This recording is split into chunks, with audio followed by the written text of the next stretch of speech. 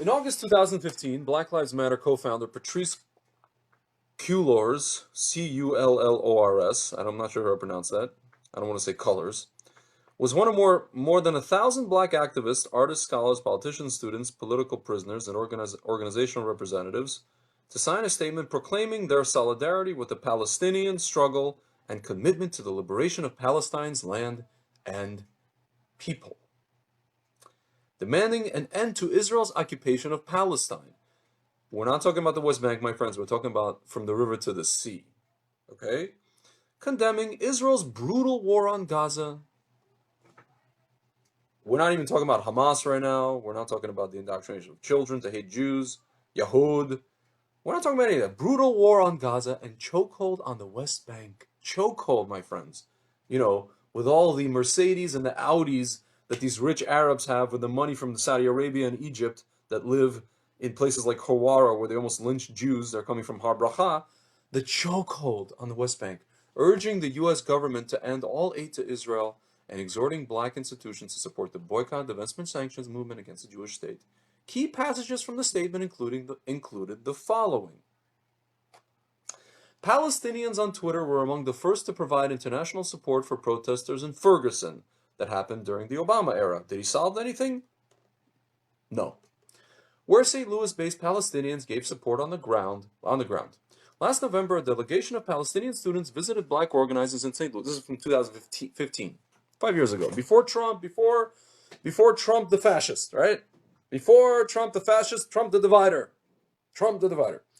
Atlanta, Detroit, and more, just months before the Dream Defenders took representatives of Black Lives Matter, Ferguson, and other racial justice groups to Palestine. Throughout the year, Palestinians sent multiple letters of solidarity to us throughout protests in Ferguson, New York, and Baltimore. We offer this statement to continue the conversation between our movements. Her name is Patrice I'll type it out. One second. I can't type it out on this phone. It's Patrice Cullors. It's Patrisse, and the last name is Cullors. Here, I'll Google it, actually. I'm just curious where she is now, what she's up to these days. There you go. Patrice Cullors, artist, organizer, freedom fighter. This is her website. Yeah, she has a Twitter, of course. Yeah, we took the street from the mask amidst a pandemic because we know we can build a world free from police violence because of blah, blah, blah, blah, blah, blah, blah, blah, blah. There you go. 36 years old, University of California, UCLA. Books. She wrote a book called When They Call You a Terrorist, a Black Lives Matter memoir. Here's your Wikipedia page. Let's read the Wikipedia page. Okay. Queer activist. Okay. She's married to a one. Fine. I'm just going to continue reading this guy because there's a bigger statement about this Palestinian issue. Okay. Dream Defenders, Baltimore, fine. We remain outraged at the brutality Israel unleashed on Gaza through its siege by land, sea, and air, and 3 military offensives in 6 years. We remain sickened by Israel's targeting of homes, schools, and UN shelters. Yeah, the UNRWA schools where they teach kids that Yahud is a pig, an ape, and a pig. Right? Mosques, which are used by Hamas as army bases. Ambulances, which are used by Hamas as to take away. Red Crescent to take away Hamas terrorists, and hospital, which you use by Hamas as an army base. We remain heartbroken and repulsed by the number of children Israel killed in an operation it called defensive. We reject Israel's framing of itself as a victim. My friends, we're not a victim. We're just defending ourselves. We're not a victim. We don't want to be a victim. That's the flippant point. Okay, we have an army for the first time in 2,000 years, and we won't be a victim. We're not going to go to the freaking gas chambers, not if we have anything to say about it, okay? Miss Patrice Cullors. Anyone who takes an honest look at the destruction to life and property in Gaza can see Israel committed a one-sided slaughter. Yeah, anyone who looks at the optics of the Pallywood propaganda crap in the media can see that Israel committed a one-sided slaughter. Yes.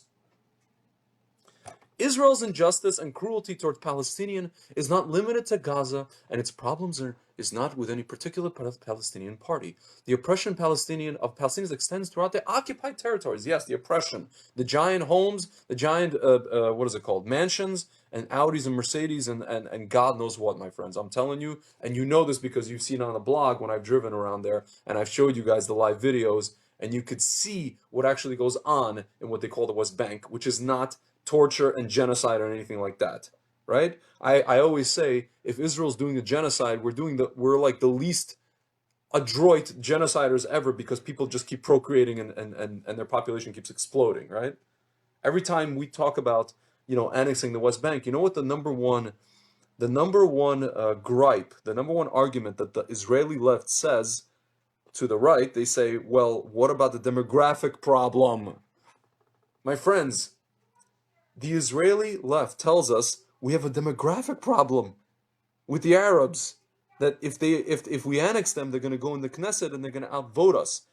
What a racist freaking statement. But it's not only a racist statement, it's something that flies in the face of what? The theory that Israel is doing a genocide on the Palestinians. Mister, in the words of Jackie Mason, Mister, you understand this? Get out. Go back to sleep. Okay, next. Mister. Oh, okay, you're sleeping? Next. Get out. Mister, you understand this? Like, in the words of Dr. Evil, I'm surrounded by idiots, okay? Okay. The Israeli occupation forces continue to kill protesters, including children, conduct night raids on civilians, yes, including our own, and pulling Jews out of their homes, hold hundreds of people under indefinite detention, and demolish homes while expanding illegal Jewish-only settlements. Our support extends to those living under occupation and siege, Palestinian citizens of Israel, and the 7 million Palestinian refugees exiled in Jordan, apartheid state, Lebanon, an apartheid state, Syria, an apartheid state, and whatever Palestine is. Jordan, where you have the king who basically treats his people, it started with Black September, the Palestinian people like crap. Lebanon, where I have a friend whose mother is a teacher and she cannot teach in a what is it called, in a Lebanese school, in a Palestinian only school, because they're not allowed. And in Syria, where basically Assad murders his own people, actually murders them and bathes in their blood. Okay, the refugees' right to return to their homeland in present-day Israel is the most important aspect of the justice for the Palestinians. My friends, this is still Black Lives Matter activist statement. Still reading. Got a lot to go. This is a whole, my friend, this is a whole, remember Purim, Megillat Esther? It's a whole Megillah, my friends. It's a whole Megillah. Somebody really went in and they researched this and they posted this. You guys could go look at it yourself. It's called discoverthenetworks.org. Here you go. Palestinian liberation represents an inherent threat to Israeli settler colonialism and apartheid, an apparatus built and sustained on ethnic cleansing, land theft, yes, land that we bought, and the denial of Palestinian humanity and sovereignty. While we acknowledge that the apartheid configuration in Israel-Palestine is unique from the United States and South Africa, we continue to see connections between the situation of Palestinians and Black people. So now you guys probably saw a graphic. Somebody drew, George Floyd with a Palestinian flag behind him. I'm telling you, my friends, this is all the whole kit and caboodle. I'm telling you, my Jewish friends, be careful. In the words of Al Pacino's character from Scent of a Woman, be careful, Charlie. Be careful. Okay? Israel's widespread use of detention and imprisonment against Palestinians evokes the mass incarceration of Black people in the U.S., including the theopolitical imprisonment of our own the political imprisonment of our own revolutionaries, right? U.S. and Israeli officials and media criminalize our existence, portray violence against us as isolated citizens, and call our resistance illegitimate or terrorism. These narratives ignore decades and centuries of anti-Palestinian and anti-Black violence. Yeah, like the Hebron massacre in 1929, before Israel had an army, where Arabs came in and killed a bunch of Jews.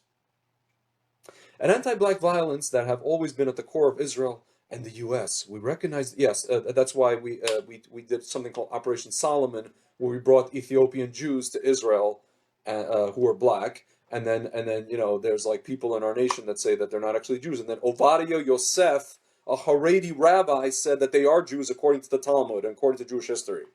Anti-Black violence. We recognize the racism that characterizes Israel's treatment of Palestinians is also directed against others in the region, including intolerance, police brutality, and violence against Israel's African population. My friends, there's a conversation that can be had about the Sudanese and Eritrean population in Israel. There's a discussion that can be had, but I'm telling you, my friends, I mean, like, I live in Israel. We treat people with respect, generally. If anything, it's Jews against Jews. Jews who don't treat each other with respect, okay? We yell at each other, we this, we that. But I mean, it's just, the whole thing's absurd. I'm just reading this. It's just, it's I would say it's low resolution thinking, but I think this person knows the truth and she's just a flippant anti-Semite, right? I'm going to continue reading this. We know Israel's violence towards Palestinians would be impossible. Now here's where she gets to the nitty gritty. Without the U.S. defending Israel on the world stage and funding its violence with over $3 billion annually, she forgets the $3 billion is actually a grant that Israel is forced to spend on weapons it maybe not even needs, on American weapons, right? We call on the U.S. government to end economic and diplomatic aid to Israel. We wholeheartedly endorse Palestinian civil society. 2005 call for BDS against Israel and call on black and U.S. institutions and organizations to do the same. We urge people of conscience to recognize the struggle for Palestinian liberation as a key matter of time. So, my friends, this is, here's people who come and they say they believe in God, they believe in the Bible, they believe in this and that and the other. And yet they come and they want to say that the Jews don't belong in Israel, this is not our land, right? The whole land, not just West Bank, the whole land. The whole land. And again, it all goes back to Avram Avinu. If you bless, whoever blesses you will be blessed through you. My friends, I mean, I had a friend tell me that he has a theory that these people in Black Lives Matter, it's almost like it's another form of replacement theology. They want to say that they are, if you guys remember the attack on the Hasidic Jews in Jersey City by, the Hebrew Israelites, the Black Israelites, or a certain, I guess, wing of their movement. This is basically it. This is replacement theology. They want to say that the Jewish people are not the real, so to speak, people that are supposed to be in the land of Israel, and they're the ones, right? Because if they really believed in Hashem, if they believed in the Bible, right, what the Bible actually says, they wouldn't be saying these things. They wouldn't be saying that they wouldn't be saying lies that we stole land. They would actually look at history and they would say we bought land from Arabs, we bought land from landowners, wealthy landowners. These are facts, right? See, it says we aim to sharpen our practice of joint struggle against capitalism, colonialism, imperialism, various racisms embedded in and around our societies. Continues. In late July 2016, the Black Lives Matter delegation arrived in Israel to promote the fight for dignity, justice, and freedom against the Israeli occupation and genocide of Palestinian Arabs. In July 28th Facebook post, delegation's members wrote, "Oh, I'm running out of breath here, my friends. Not because I have Chas v'Shalom Corona, it's so much to read. In the fight for dignity, justice, and freedom, the movement for Black lives is committed to the global struggle, shared struggle of oppressed people, namely the people of occupied Palestine." I'm telling you again, what they're talking about is the whole land of Israel and other indigenous communities who for decades have resisted the occupation of their land, the ethnic cleansing of their people, and the erasure of their history and experiences. In this violent political climate, it is urgent that we make clear the connection between violence inflicted on black people globally that is encouraged and permitted by the state, and profiling, harm, and genocide funded by the United States, and perpetrated by Zionist vigilantes and the Israeli Defense Forces and Palestinian people. Our collective oppression mandates that we work together across geography, language, and culture to decree and organize the capitalistic imperialist regimes. We commit to global struggle, solidarity, la la la la la. My friends, I was telling a friend today that, when Israel was fighting the war of 67, why was it not uncomfortable for the majority of the Western world to kind of understand what Israel was doing was right? Why? Because 5 Arab armies attacked us, funded by the Soviet Union, and tiny Israel defended themselves. So tiny Israel was the underdog, and we defended ourselves. Now that we are, so to speak, powerful, we have an army, we are funded, so not funded, but we get, these $3 billion grant, which we have to spend on American weapons. Whatever it is, now that the perception of us as being this powerful nation funded by America, we're, as my friend Yehuda Cohen calls it, we are the Robin. We have been rendered the Robin to America's Batman. Now we are seen as the global bully, right? Or as Bob Dylan calls the neighborhood bully. You know what, guys? I'm going to read to you guys the actually the lyrics of Bob Dylan's song called "The Neighborhood Bully." Bob Dylan, I don't even consider him a musician because his voice sounds funny, and he's more of a poet, right? It's called a bard. So I'm going to read to you guys the lyrics for the song called "Neighborhood Bully." The song is basically about Israel. All right. Well, the neighborhood bully he's just one man. His enemies say he's on their land. They got him outnumbered about 1,000,000 to 1. He got one place to escape to, no place to run. My friends, I'm all for making aliyah for, I guess, kind of ideological reasons. I tell people, we're living an incredible story in Israel today. We have the startups, we have the vineyards, we have all these things that our prophet spoke about, Rav Kook spoke about. These things are, if you want to move to Israel, don't move because you're running away. Move because you want to participate in something very special, right? But at the end of the day, the lowest common denominator, see, he got no place to escape to, no place to run. He's a neighborhood bully. The neighborhood bully just lives to survive. He's criticized and condemned for being alive. He's not supposed to fight back, he's supposed to have thick skin. He's supposed to lay down and die when his door is kicked in. He's the neighborhood bully. The neighborhood bully been driven out of every land. He's wandered the earth an exiled man, seen his family scattered, his people hounded and torn. My friends, 2,000 years, not 400 years, 2,000 years. I spoke about it before. How do we get out of slavery in our heads? Zecher l'tiyatz Mitzrayim. We read it 2 times a day, my friends. Advice, African Americans. That's the solution. That's the secret. He's always on trial for just being born. He's a neighborhood bully. Well, he knocked out a lynch mob. He was criticized, 1967. Old women condemned him, said he should apologize. Then he destroyed a bomb factory. Nobody was glad. The bombs were meant for him. He was supposed to feel bad. My friends, he's talking about the Osirak reactor in Baghdad in 1981, where Israel bombed Saddam Hussein's nuclear facilities. And everybody's like, oh, how dare you, preemptive strike. My friends, but secretly all the generals and Reagan himself secretly said this was an incredible thing that Israel did. They pull off an amazing feat. If you guys want to, read the book. There's a book called Raid on the Sun. I forgot the name of the author, but actually in detail, he details the bombing of the Osirak reactor by Israel. Raid on the Sun is inside Israel's secret campaign that denied Saddam the bomb. Roger Clare, Rodger Clare, Claire.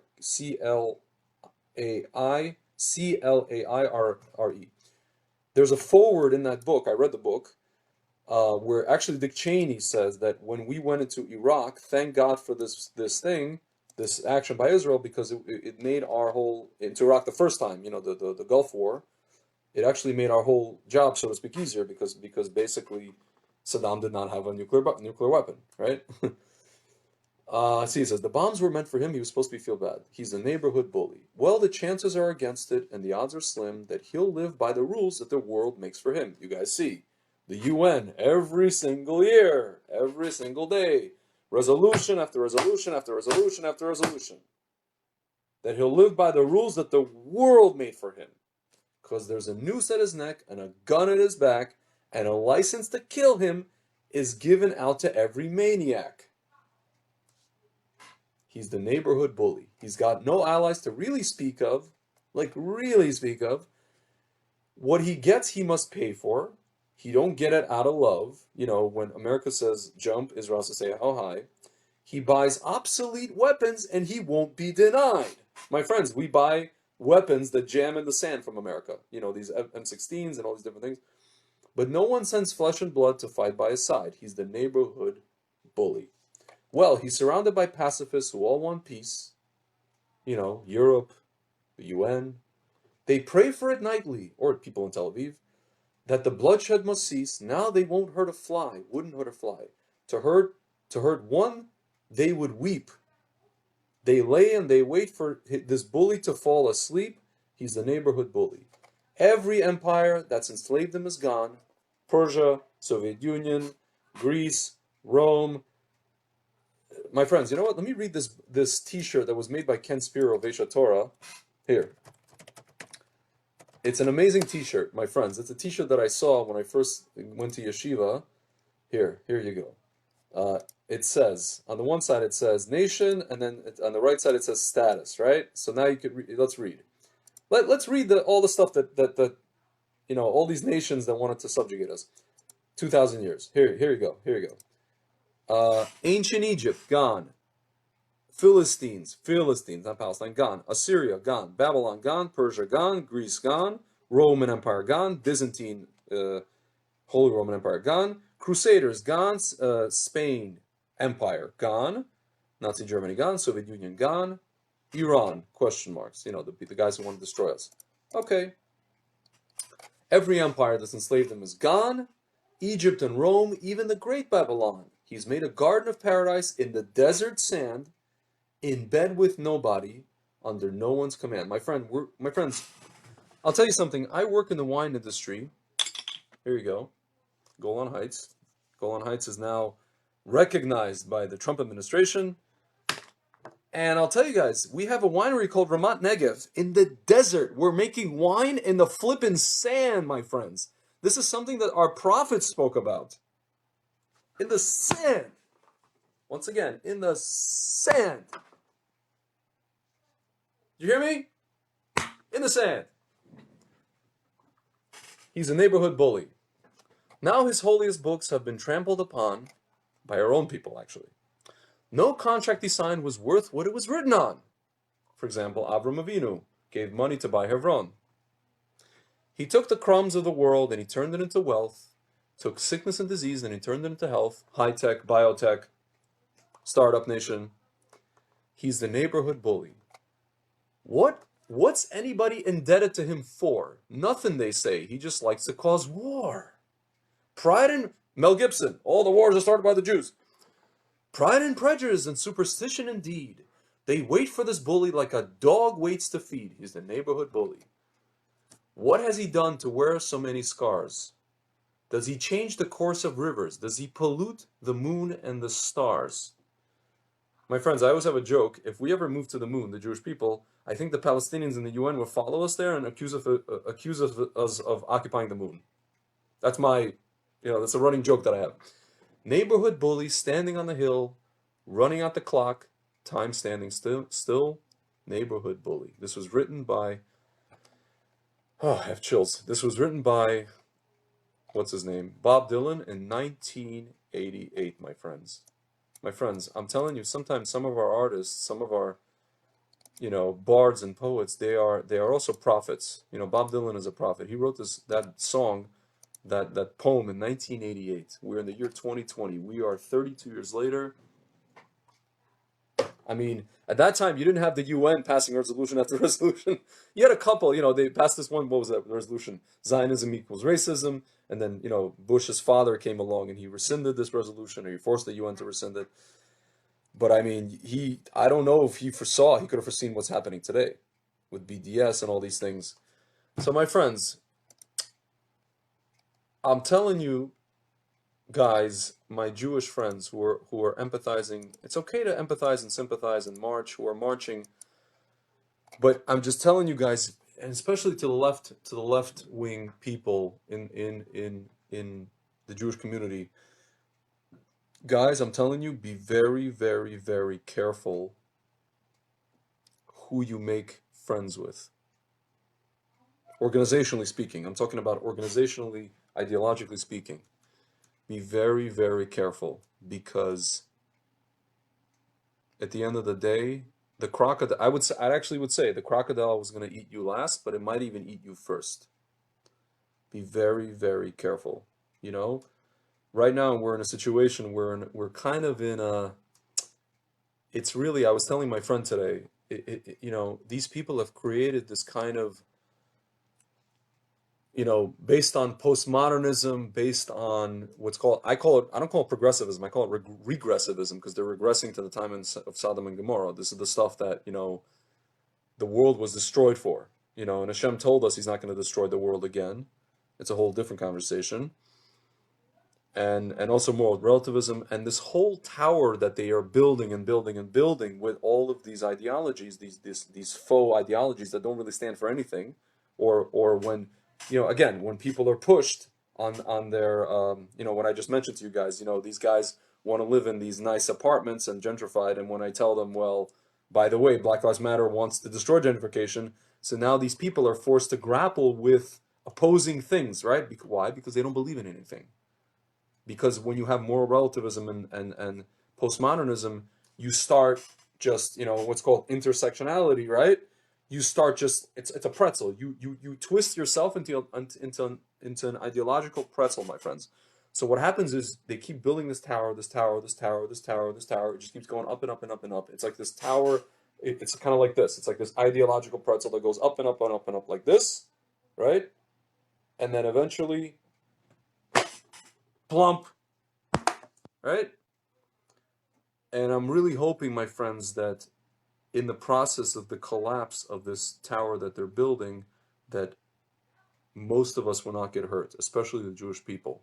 And I'm telling you guys, I'm of the, I guess, opinion, or my whole thing is like, people should want to move to Israel because of, because it's their land, and it's you want to participate in some kind of a, incredible process that our sages spoke about. But at the same time, at the end of the day, we may come to a point in this country, in America, where the Jewish people are just going to have to realize, okay, we're in over our heads here, and maybe we should get out our Samsonite luggage, we should pack our bags, and we should just come home, And I'm just warning and especially my Orthodox brothers and sisters who are walking in Crown Heights and other places. I understand you want to empathize and sympathize, and you want to have solidarity with people, but just be, and I just outlined to you, who these people, what this organization is.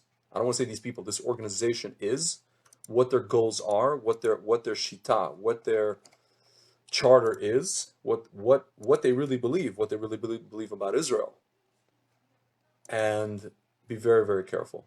Be very, very, very careful, my friends.